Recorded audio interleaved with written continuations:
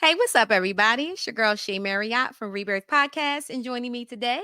Corey Wilkerson, how y'all doing? Make sure you guys like, share, and subscribe. Tonight, we're going to be talking about decolonizing mental health in the Black community.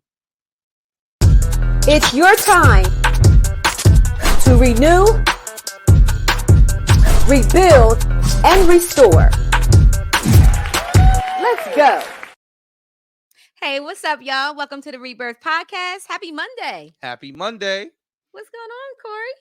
I'm good. It's July 1st. Yeah. You want to introduce yourself to everybody, although they already know you? Y'all already know me. I was a co-host just 15 minutes ago. But yeah, Corey Wilkerson. I'm back. I feel like I'm home on this couch. That's right. You are. Yeah. You are. Yeah, but we here for a good topic today. I'm glad to be back, so thank you for welcoming me. Absolutely. Absolutely. Thank you guys for tuning in. I hope everybody had a good weekend. How was your weekend? Weekend was good. Was good. You do anything special? No, my son came home from school. Like, he just kind of crept up. Oh, wow. Okay. He pulled up on you? Yeah. I mean, I seen him on the Ring camera. He was already there, but it was cool. Yeah, no, it was good. He came home, hung out with some family. My nephew came down from New York, so we hung out and had a good time. So it was good. It was a good weekend, relaxing. Okay. Yeah, That's what's up. That's what's up. I had a good weekend. I actually got a chance to hang out with, shout out to Levante Dorsey. She just did the Girls Academy this weekend, where she had 23 amazing young ladies come out, and it was a great time. She does this once a year, and honestly, it's a great it's really a great event that she's doing for these young girls, for the youth, right? And it's for middle school and high schoolers, and they just had a great time. I had a great time greeting the young ladies as they were coming in, and it was so funny because some of them was just like, when is this over? Right, as they're walking in the door, when is this over? But by the time, I would say within the first hour, they were just having a great time, enjoying themselves. So it was a great event. Awesome. And yeah, we had a good time. Yeah. Awesome. Yeah. Yeah, I don't know how you can have like a bad day with Levante. Levante has such a great spirit. It's just like all the time. Yeah. I'm like, when does she turn it off? Yeah, she has. You She know, don't. That's it's always she like is. that. That's who Every she time is. I've seen her pictures, a post, Yep. smiling. But that's cool though. Yeah, Shout out that's to her who for that. she is. That's for good. sure. That's good. So listen, I'm hearing like this amazing event is happening on July 20th. Have you heard about it? Yeah, I did hear about it. I did hear about it. All right. The So Rebirth meetup. the Rebirth meetup. Have y'all purchased y'all tickets yet? Yes. I'm just wondering, like, what's good? Take 25 seconds and do it right now. Please do that. Yes. Listen, let me tell you guys what you can expect at the Rebirth meetup. Okay. You can expect engaging conversations, right? Connecting with like-minded individuals and just having meaningful discussions. Also, there's going to be networking opportunities. You're being able to meet new people and expand your own professional and social network. Yeah. Right. And it's the summer. It's the summer. So it is the summer. Nice summer vibe. Couple of drinks, I'm sure. Couple of drinks. And the people that are there want to be there. Exactly. You ever been somewhere and they don't really want to be there? Right. It's horrible. So, I mean, I think it's a good thing. Yeah. One thing I do want to say to y'all, I don't know if I'm supposed to say it now. What's that? For all the females that bought tickets to this thing, go tag somebody on your social media that's a guy. Please. And bring them. That's a good idea. Right? Please. Tag them right now, actually. Tag them right now. That's what we do know. When a female asks us to do something, most of us will show up. So go ask them. Facts. Not your uncle, though. Well, maybe your uncle. Uncles can come. That's true, because I'm an uncle. The uncles can come. That's never mind. Get your uncle. Get your uncle. For sure. But this is how you can get tickets. Go to rebirthu.com and purchase your ticket. The tickets are only $20, and we only have 10 tickets left, guys. So, I mean, it's important that you go there now. And it's actually at the Chancery in Wilmington, Delaware. So if you haven't been to the Chancery, it's a beautiful place, and it's outside, nice vibes, and we're going to be having some nice music and just great conversation. So you should be there. Yeah, awesome time. So make sure you go get your tickets. You come out and support.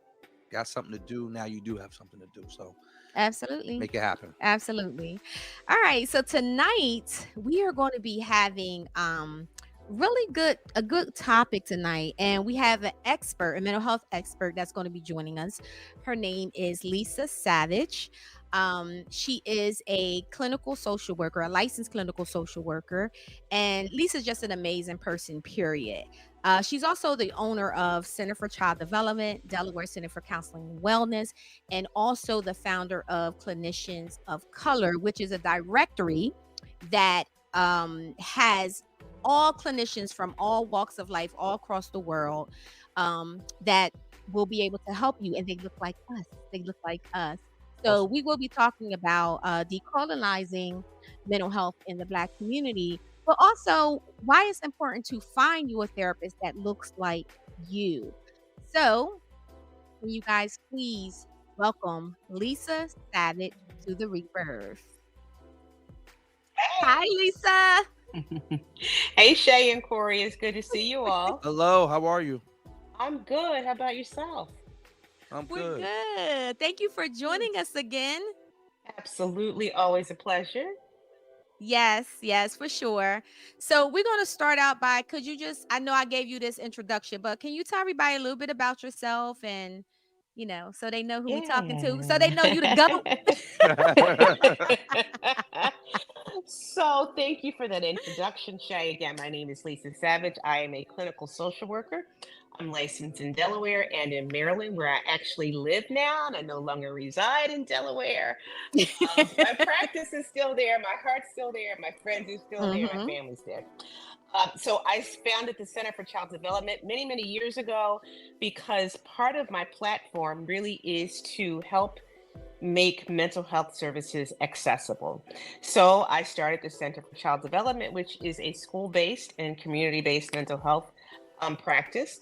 From there, I also started Delaware Center for Counseling and Wellness so that adults could also get mental health services as well. And then I founded Clinicians of Color, which is an online platform that helps to elevate mental health professionals and connect our communities to mental health professionals.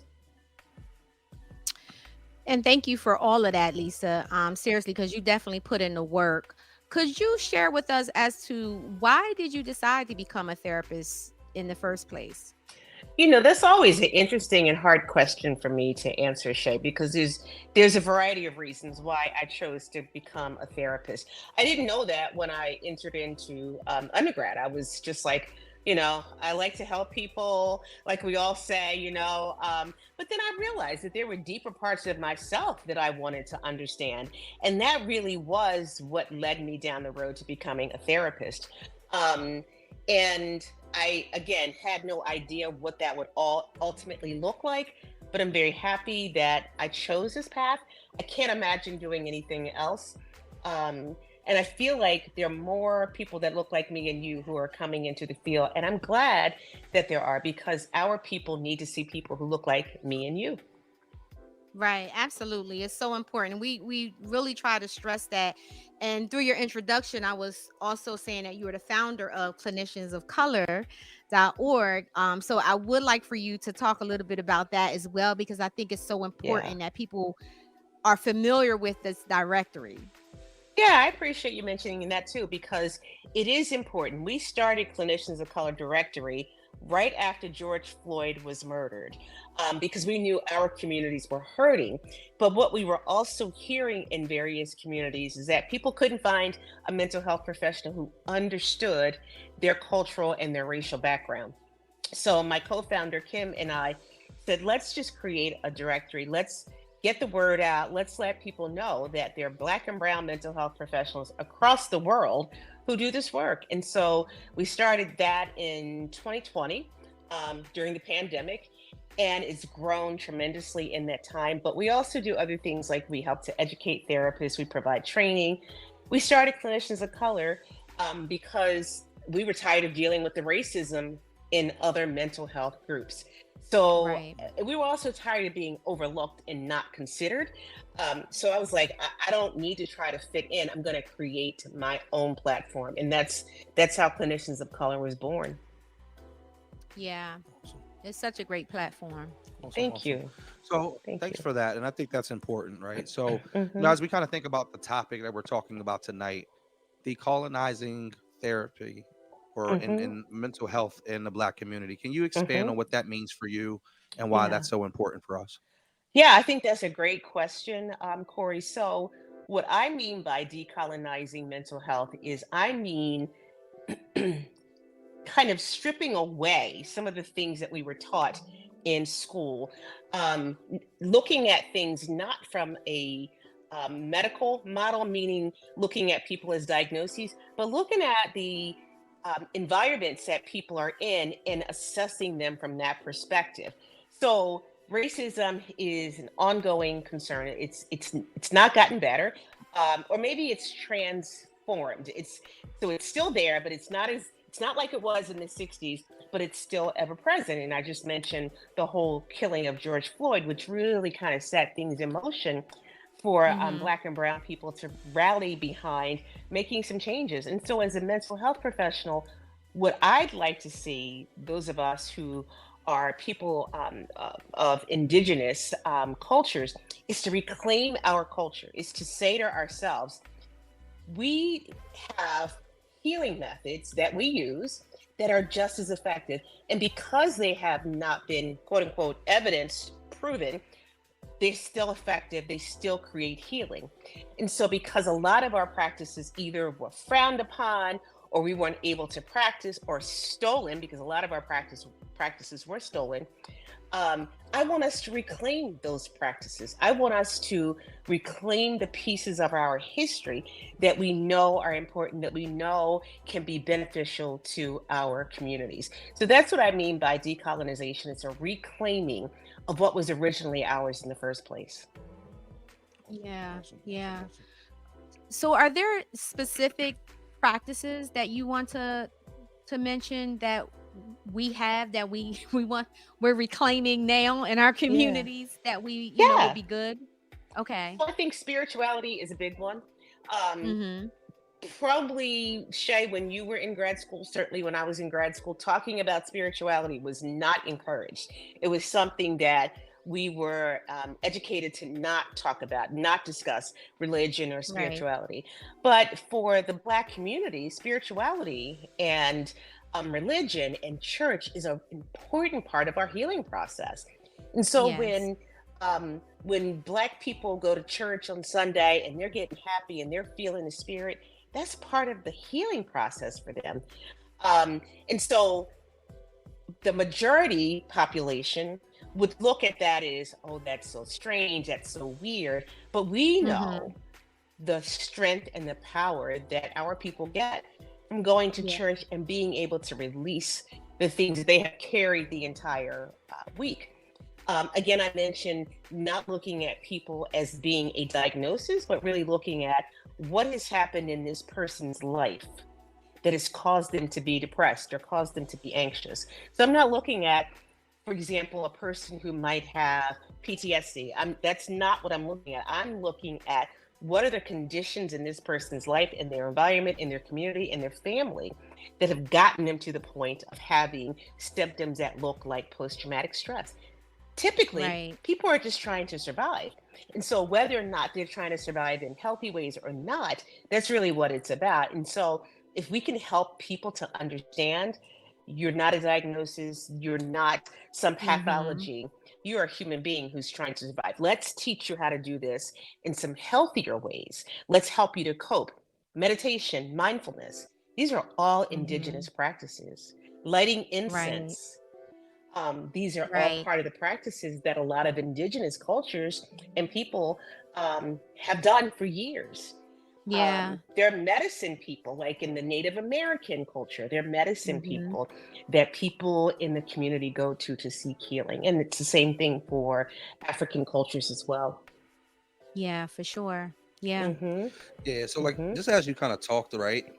And I'm gonna be a little off kilter when I say this, right? Like a lot of those things that you kind of talked about seem to be generational based, right?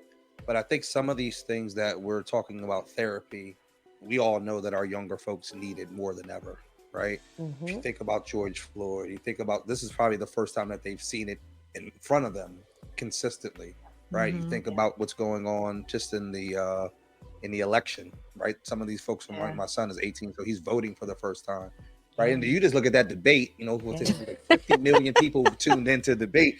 But when he said black job, I think social media went on fire. Like, what is a black job? Right? Or what is they steal the black job? What is that? Right? So we are triggered in a very different way. And how do we show up? And I don't know, right? Maybe they are.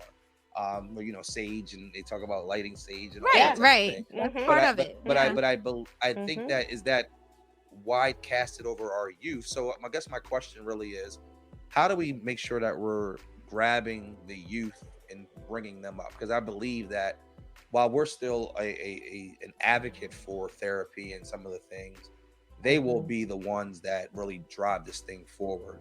And I do believe they're doing it now. The therapist is like their best friend, and I got a therapist, I got a therapist. But how are we able to continue to show them not to just be reactive with their issues or their questions or their pain, but how can we get them into therapy and making sure that this is something that they're leading in the right way? Yeah. Oh, I love that question, Corey, because I was talking about this last night to someone. So I think that it takes a community approach to helping our youth. Therapy, I think, is extremely important. I think it's paramount that our kids have access to therapy. But I also think it's important that our kids have access to community as well.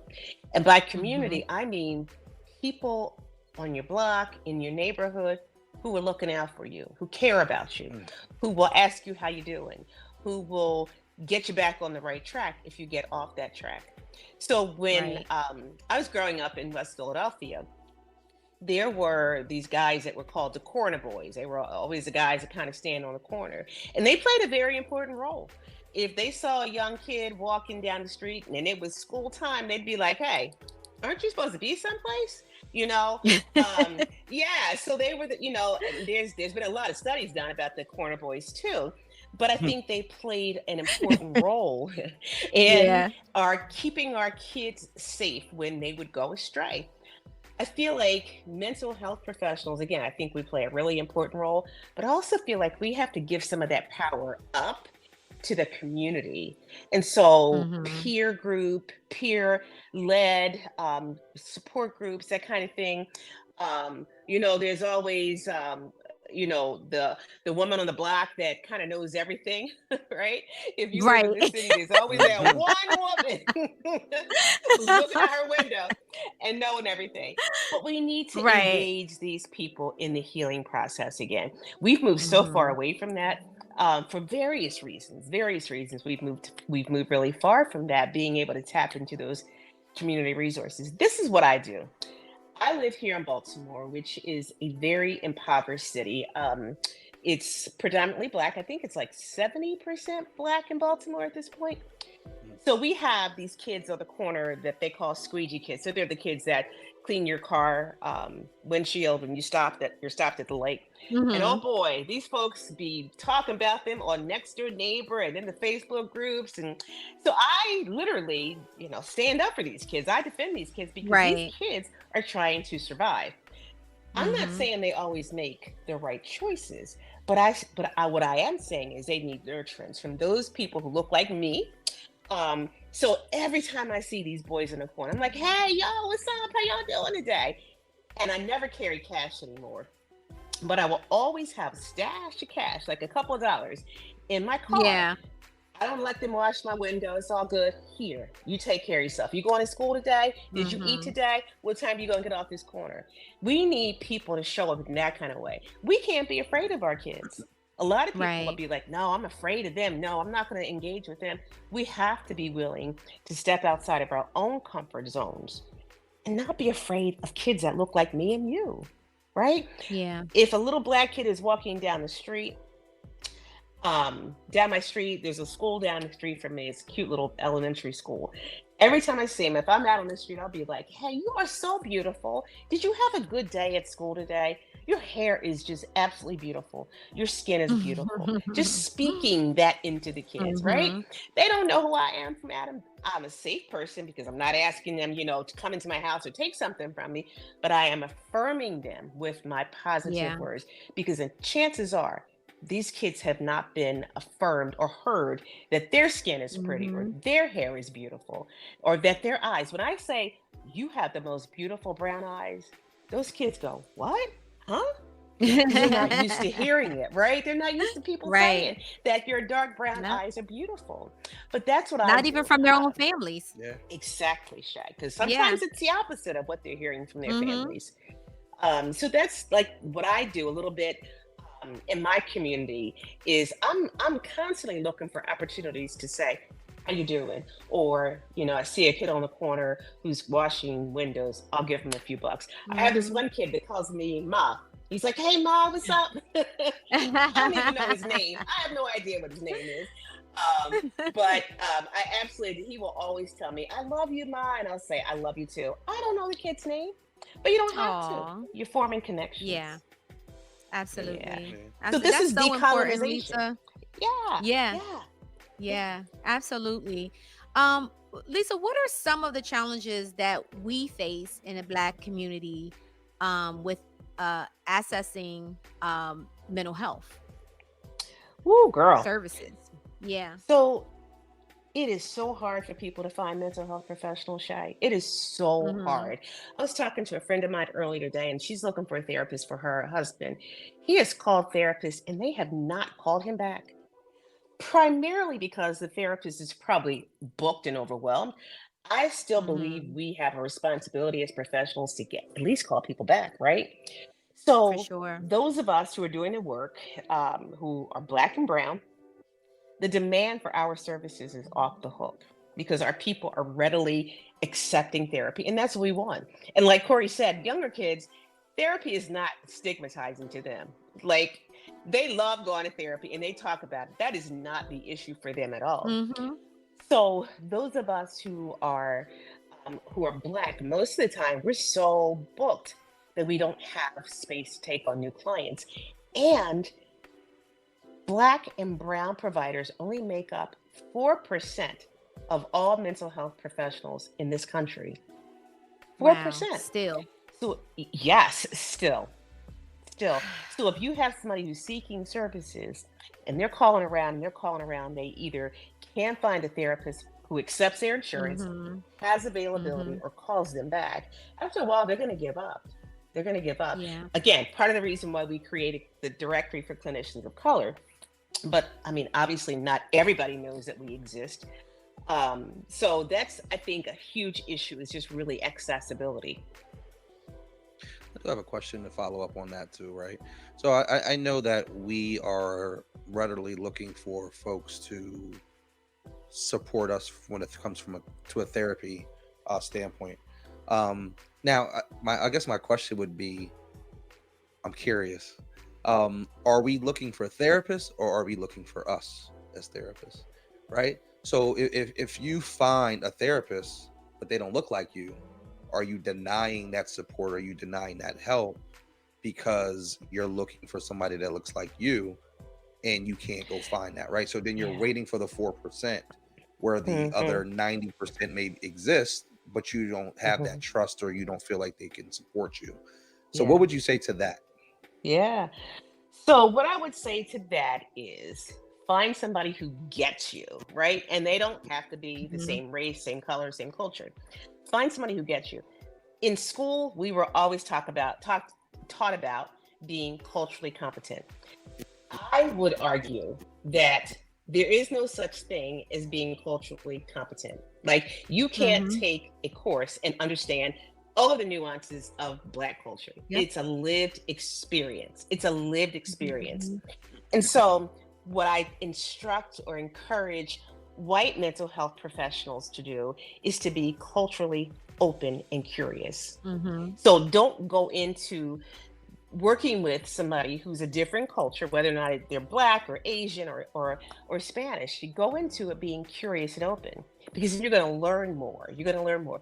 Even in the Black communities, and I say communities because it's no one single Black community, there are different cultures within the Black communities.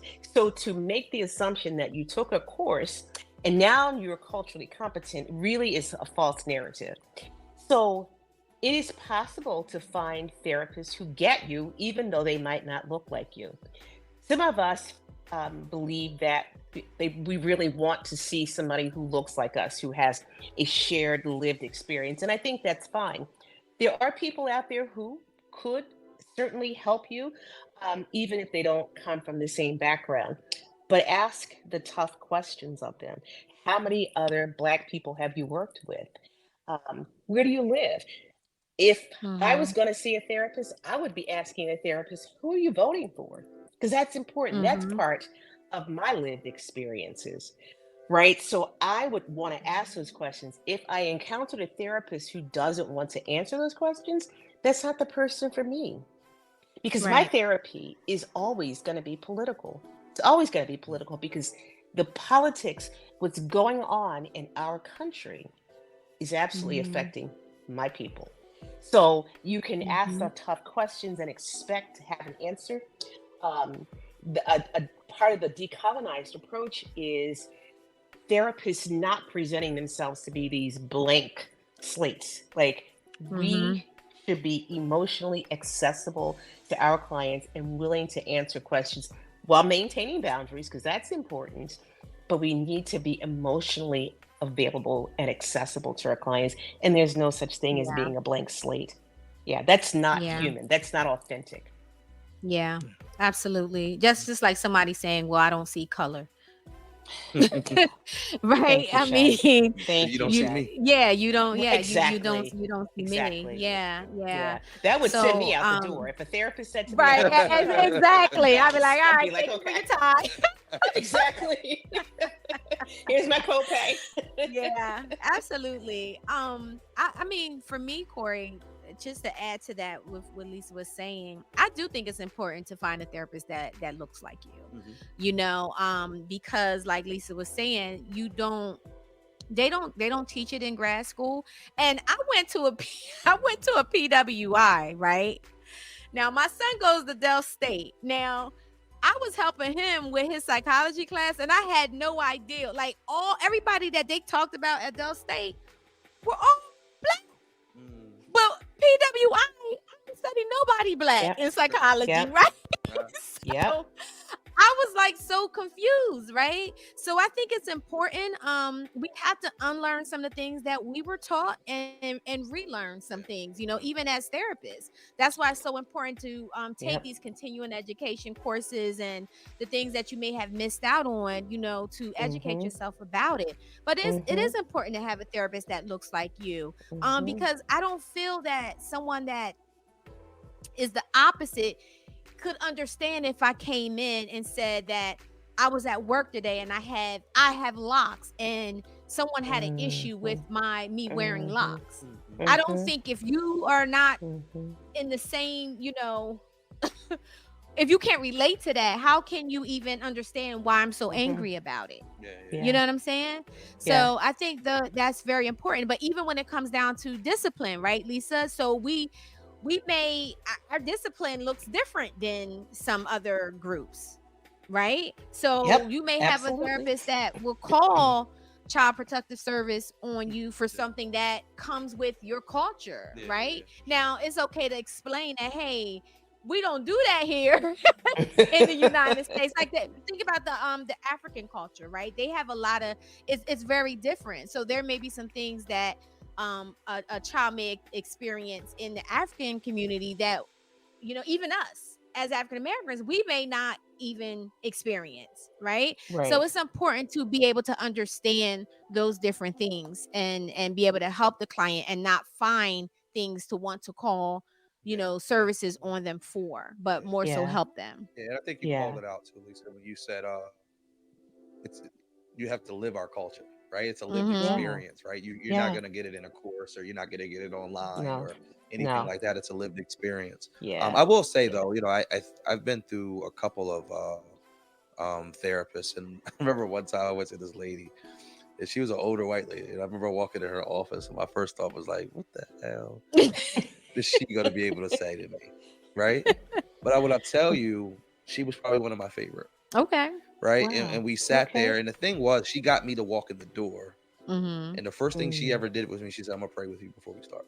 Okay. Wow. Right? Okay. Okay. And Yeah, that's different. inside of our Mhm. conversation, she just listened, right? Mm-hmm. And at the end, she said, "Now I'm gonna ask you to pray us out."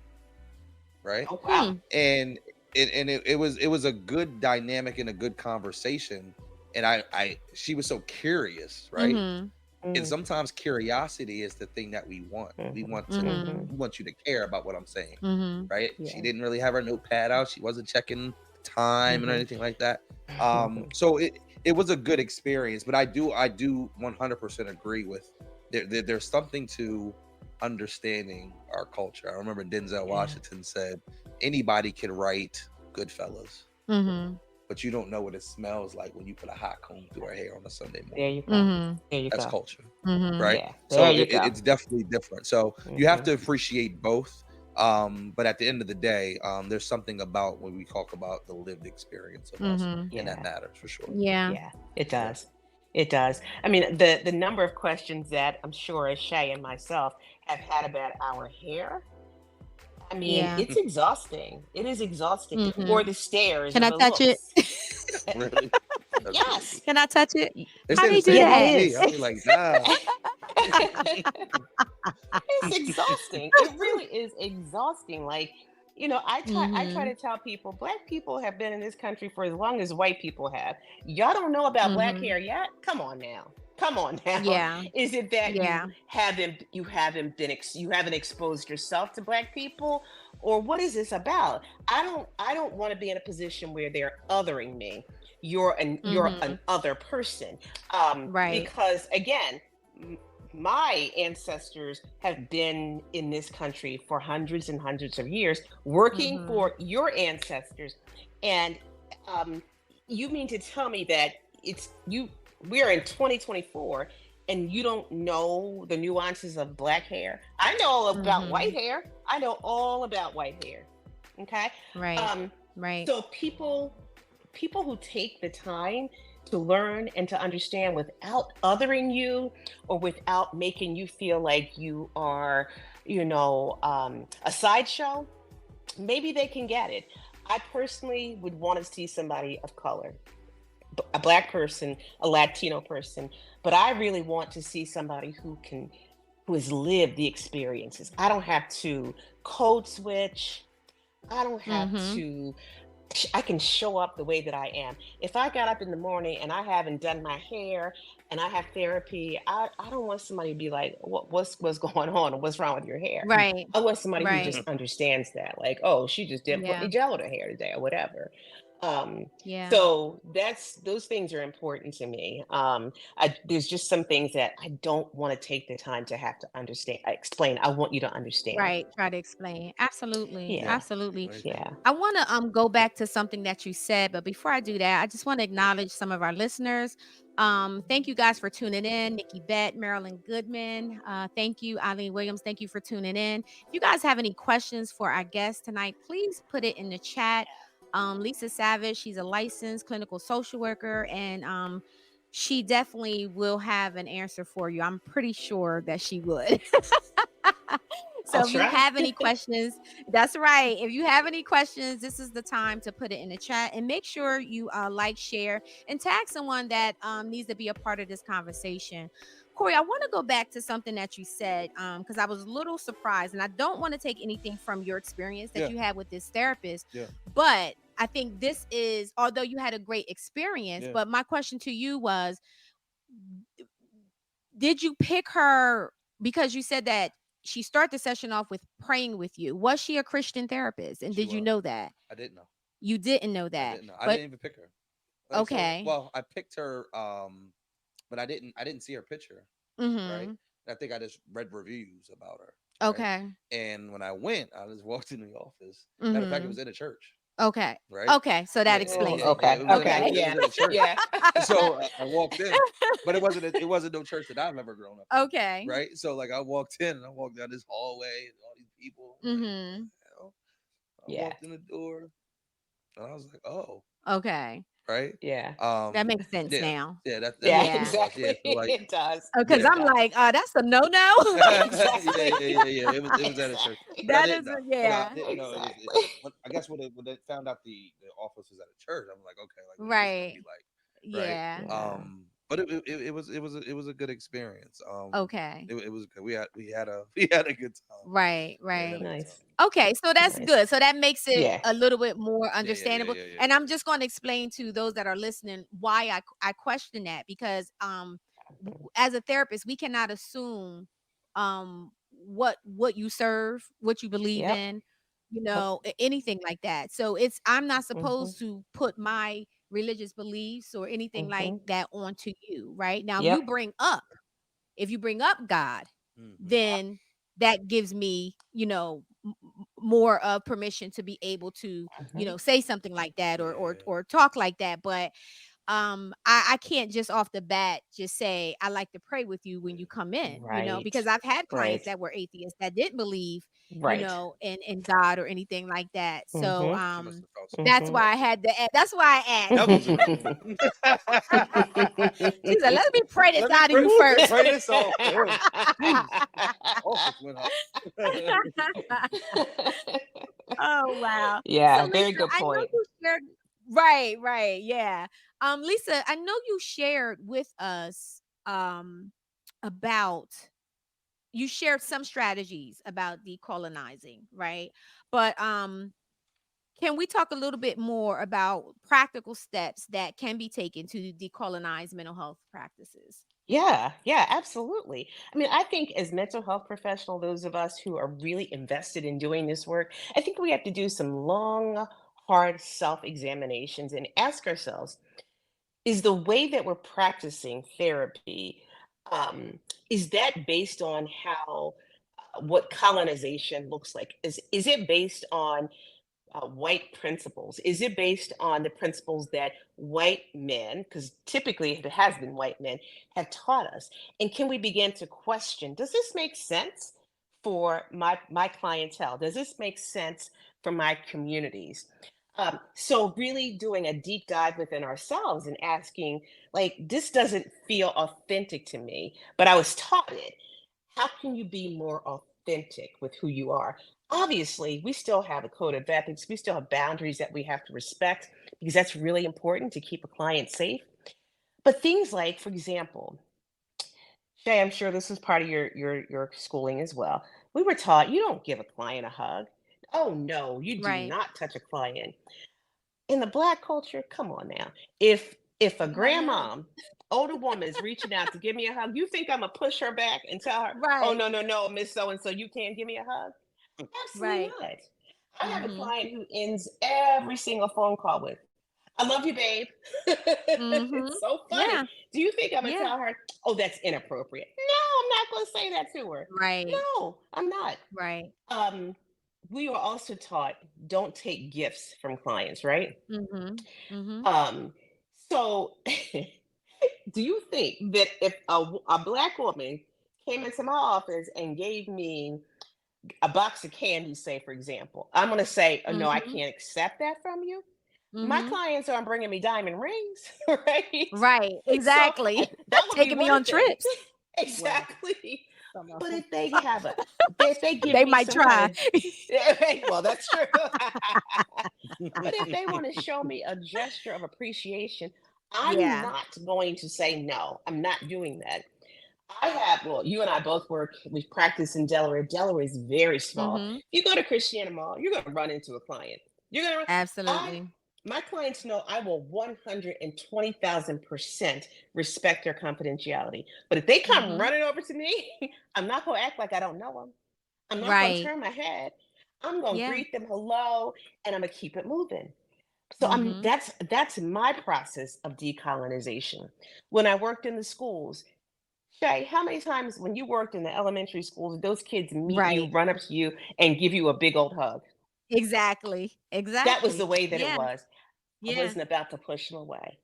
I was Yeah. not, and I still wouldn't push them away. Yep. So Mhm. these are the things that I think we have to begin to examine. When I think about diagnosing people too, the majority of people who have the diagnosis of conduct disorder or oppositional defiant disorder are young Black boys. And I'm tired of Mhm. it. I'm tired Mhm. of it because what Mhm. people are missing, what mental health professionals are missing, is the trauma that's underneath all of that behavior. Right. And Right. so I'm challenging people when they slap a label on a kid and they call a kid ADHD or ODD. I'm Mhm. going, wait a second. Have you done a complete trauma assessment? Because trauma can Right. often look like bad behavior in children. Right. Mhm. Mhm. And so, again, another way of decolonizing, rather than trying to fit people into this box from the DSM 5, let's expand our view and consider what else might be going on with this child. If I didn't have to diagnose people to get paid from insurance companies, I would not.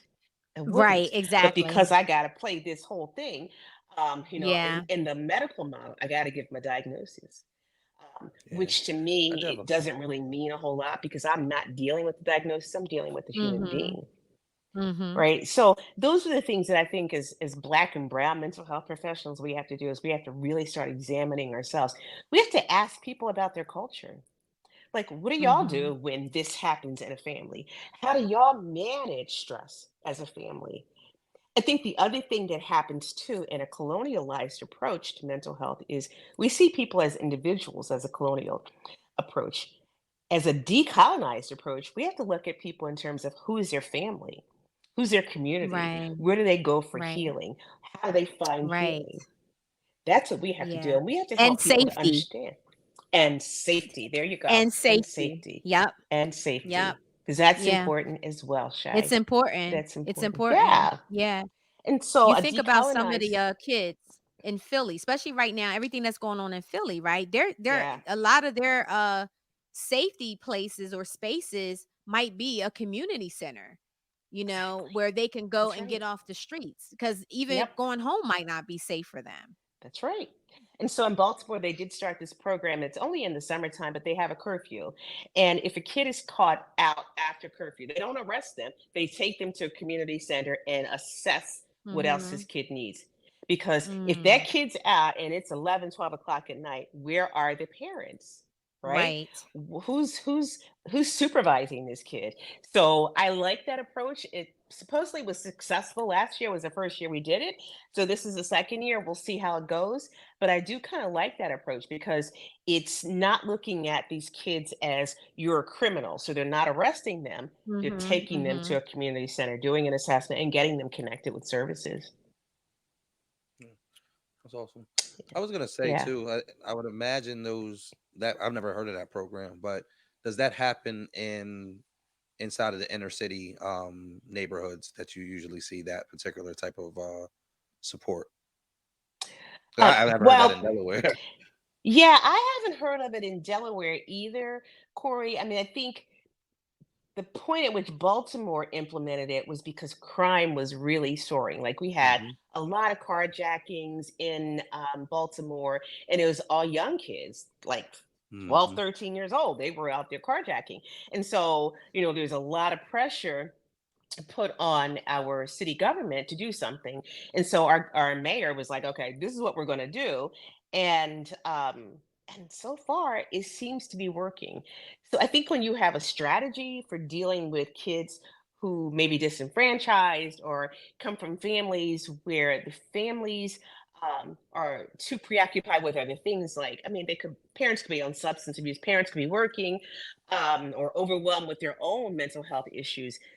I like this approach because again, it decriminalizes kids and it gives them the help Mhm. that they need. So, because if you immediately criminalize a kid, that kid's future is going to look very, very bleak. But if you look at the strengths of a kid and you provide them with resources, that kid stands a better chance of having a more successful future than automatically saying, "Yep, you're a criminal. You're going to go to jail, and we're just Mhm. going to continue to warehouse you for the rest of your life." Not a cool approach to working with kids and really trying to rehab kids, and get them out of some of these negative cycles. Mm, Yeah. yeah. So you mentioned a little bit about community support already, but how can Mhm. we as a community, as a Black community, support each other's mental health moving forward? I think we have to first see it as our responsibility. Like, Mhm. you're my sister, you're my brother. I'm here for you. What do you need? How can I support you? I think we have to get out in the community a little bit more. So this Mhm. weekend, I had this big potluck dinner in the park from my neighborhood that I did by myself. What? You ain't tell me about Yeah, that? I did, okay? And Oh, that's awesome, Lisa. it was so nice. It was so nice. And I got to Nice. meet a lot of my neighbors. I got to meet some Okay. of the elderly Black women in the neighborhood. And one of them texted me today. She's like, "You want to get together?" I was like, "I sure do." So That's doing things good. like that, and it was like low stress because everybody brought something. I Uh-huh. coordinated getting a bouncy house for the kids and a pony for the kids. Oh Um, my goodness. it was so nice. It was really, really nice, and people loved it. I think we had over 100 people come. We had a lot of people show up. Wow. So doing I things love like that, that. yeah, Yeah. it was nice. It was really nice. So getting out, being seen, getting to know your Mhm. neighbors, being part of your community, being active. Those are all things that I think that we can do to support each other. If I know that Miss So and So across the way is going through a hard time, I might be like, "Come on, let's go get some coffee or something." And I don't have to Right. do any therapy. I can just be there with her. You know what I'm saying? Like, I Yeah. suspect the Yeah. woman who texted me this morning, I suspect she really wants to talk. She is Mhm. retired. She's alone in her house. She's had a lot of issues with her house. And I think she just wants to talk. So it Yeah. was so cute. She was like, "Can I have your cell phone number? But I don't know how to put it in my phone." I was like, "I got you. I got you." Um, but in my neighborhood, and I love my neighborhood. I really love my neighborhood a lot.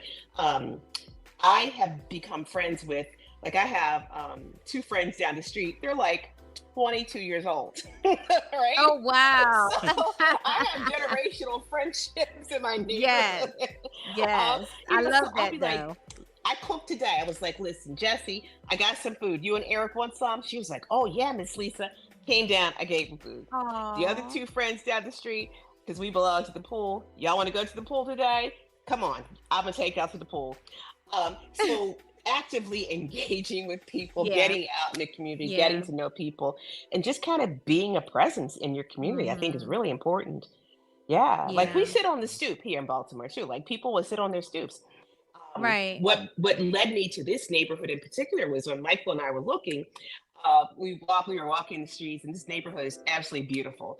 And neighbors were sitting out, and they were having wine, and they invited us. We weren't even living in the neighborhood. They were like, "Hey, come on over," and gave us a history of the neighborhood and some of the houses, and we had wine. And we were Right. sold at that point. That was like, building community. It really was Yeah. meaningful to us. Yeah, absolutely. And that's so important because just doing something like that has has helped someone that has had feelings of loneliness that could have moved into a state of depression, but Yeah, because you took yeah, time to talk to them, engage with them, that yeah, pulls them out of that, right? Because yeah, sometimes it's just yes, I'm just lonely. I just want someone to talk to, you yeah, know? yeah, So, it's yeah. important. Yeah, there's Yeah. an 82-year-old woman who lives diagonal to me. She just moved into the neighborhood. She moved back from Arizona, and she is a yogi. She's an 82-year-old yogi. Wow. So I Okay. did an interview with her, and she did some downward dog poses I was about to that say that.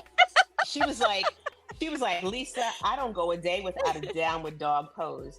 She's an older Jewish woman, and Wow. she was teaching me about, the Baltimore history, because at one point Baltimore, there was a lot of Jewish families living here. And so Mhm. she taught me about the Jewish history. She was very active in politics.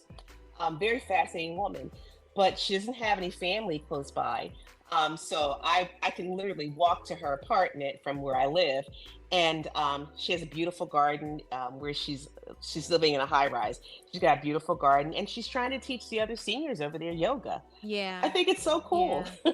It is cool. It really Yeah, is. Yeah. yeah. I believe be the change that you want to see, For sure. right? That's Oh, important. Corey, you have absolutely. any other questions? I did, but You lost it? no, I got it. Oh, I was okay. looking at my time, but just to kind of piggyback on your question, what can we do to help our community? I think one of the things I've been challenged with just raising two kids is like protection versus being vulnerable and telling your story as an adult, Mm-hmm. right? And sometimes, so for me, like Yeah. I'm like, oh, I don't want to put too much on my kids, right? Mm-hmm. Let them be kids, Mhm. right? But there's Mhm. power in telling the things that you've been through so they can Mhm. understand that as they kind of grow up and go through things, they see you as human.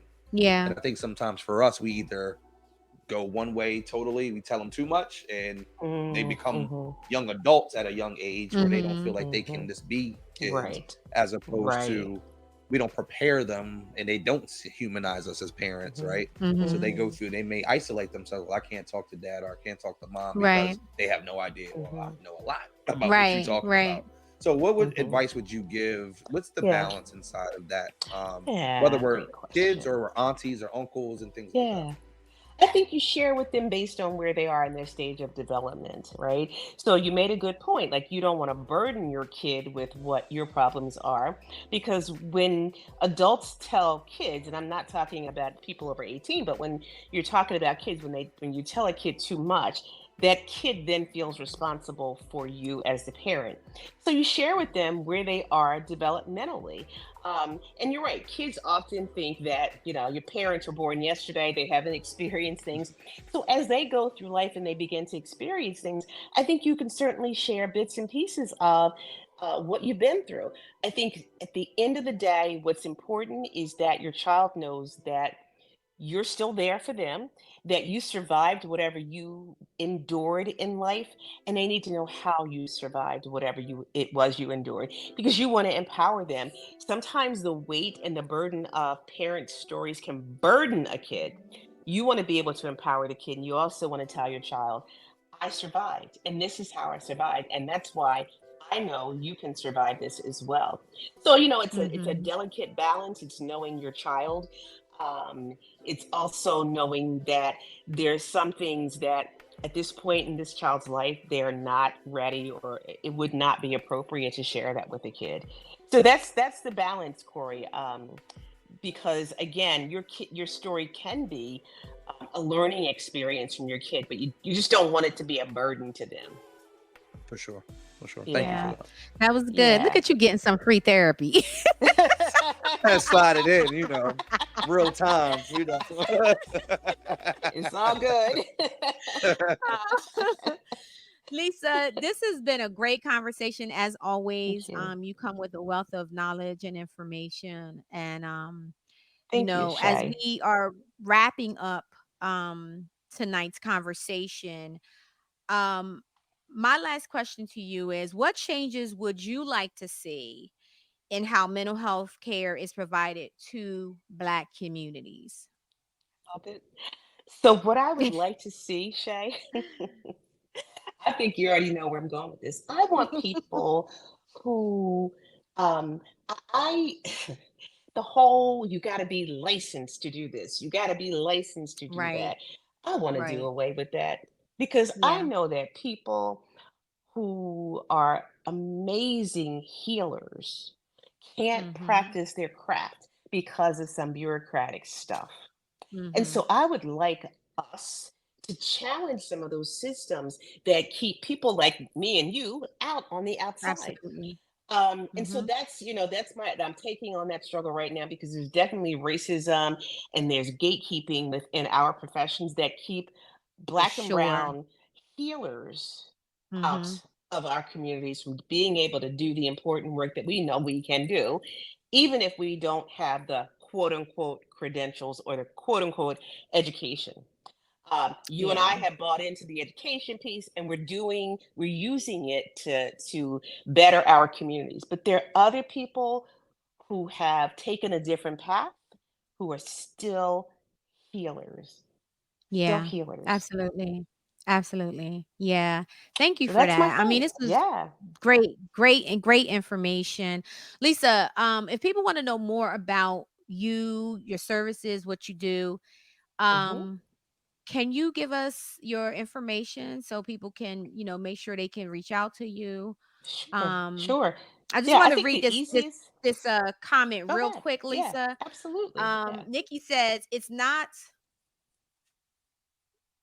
One second. Thank you. Nikki said, it's not all the time what you say to them, but how. My belief is that it will help them when they need it. That was the question Hmm. that you had Of about, course. about the kids. Yeah. And Hmm. Nikki also said, yes, I would love to challenge it too. Thank you, Nikki. Nikki wants to get behind it. So thank you for that. We appreciate that. And your voice Yep. matters. It Sure matters. So does. Lisa, go ahead. Please give Sure them your does. information of how Yes, people I'm going to give can you reach the out or easiest follow. email address to remember, Lisa at cliniciansofcolor.org.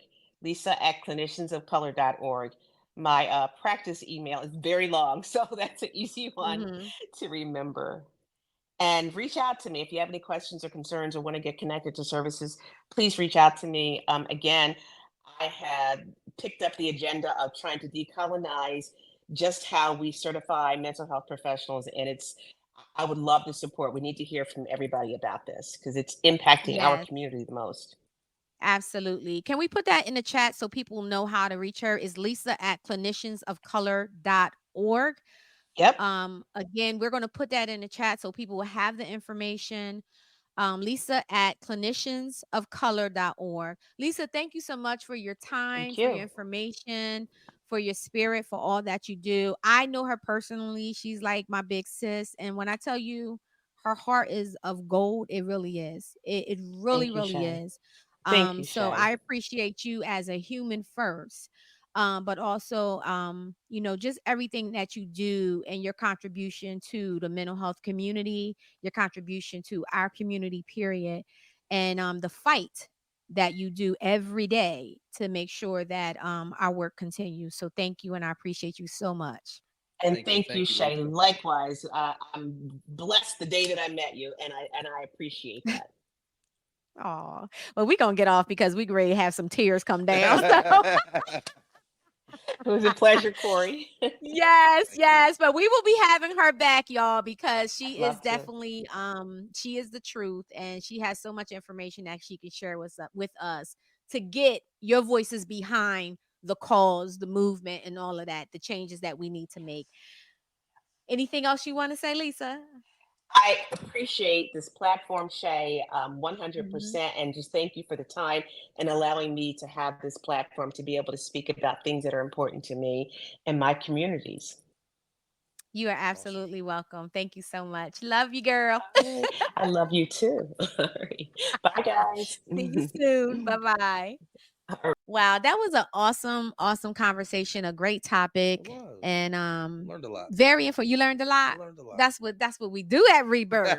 That's what we do, right? We here to renew, rebuild, and Restore. I restore. knew it was coming. I knew it was coming. So, if this conversation touched you in any way, what I will ask for you right now, I know a lot of you are tuning in on Facebook, but I am asking you to do me a favor. Please go to YouTube and subscribe to our channel. It doesn't cost you anything to subscribe. Please go to Rebirth, the letter U podcast right now and subscribe. It is so important that we have your support because it helps us bring more content. It helps us bring more speakers and presenters to our platform to give you information that is definitely needed. Um Also, if you have not done so already, please get your ticket for the Rebirth meetup. This is something that you do not want to miss. Yeah. We're gonna have a great time. We're excited. Corey, can you talk to the fellas? Yeah, I got him. I got him. I'm gonna bring him out. I'm gonna bring him out. You want me to tell him now? Yeah. Oh, I just need to go like this and get them. Oh, fellas. Listen. There's too many of y'all that need to come out and have a good time. You're not doing anything July 20th, right? Yes, July 20th. What Corey. was the time? 6 to 9, Corey. Thank you. 6 to 9. I mean, I'll be there at 5. But at the end of the day, God, fellas, come out and support, right? All the females will be there anyway. So you might as well come out and have a good conversation. Yeah. And we need to network as well. And don't block yourself from your blessings. Let's have a good time. And rebuild your network or engage your network or grow your network. So absolutely. See you July 20th. Absolutely. Here's some of the things that you will experience. Engage in conversations with like-minded people, networking opportunities, a summer chill vibe, right? Me, Eli, Corey, the whole Rebirth team is going to be in the building. Also, our vendor for that night is the one and only Brielle Michelle, which is an amazing fragrance of candles, Black owned. She's doing an amazing job. She's going to be there. And also shout out to our sponsor also that is going to be having little gifts for you guys when you do come. What is our sponsor name? Do you remember? BayKL. Shout out to you, Bay. Yeah, shout out to you. So make sure you put that her website in the chat as well, so people can check out her brand and everything that she has. So again, run over to rebirthu.com, get your tickets. The tickets are only $20. Guys, we only have 10 tickets left. I'm not joking. We only have 10 tickets left. So if you miss out, hey, I told you. Right. I told you. Right. 10 tickets are only for men. 10 tickets are only right. for men. Right. So once again, thank you guys for tuning in. Make sure you tune in next week at 7 p.m. And actually, you'll be back on the couch with us. I will. Yes. You gonna move to the side? Yeah, I gotta even it out. All right, guys. Check out this commercial from Rebirth You. I'll see you at the Rebirth meetup on July 20th. Have a great night. Have a good one, y'all.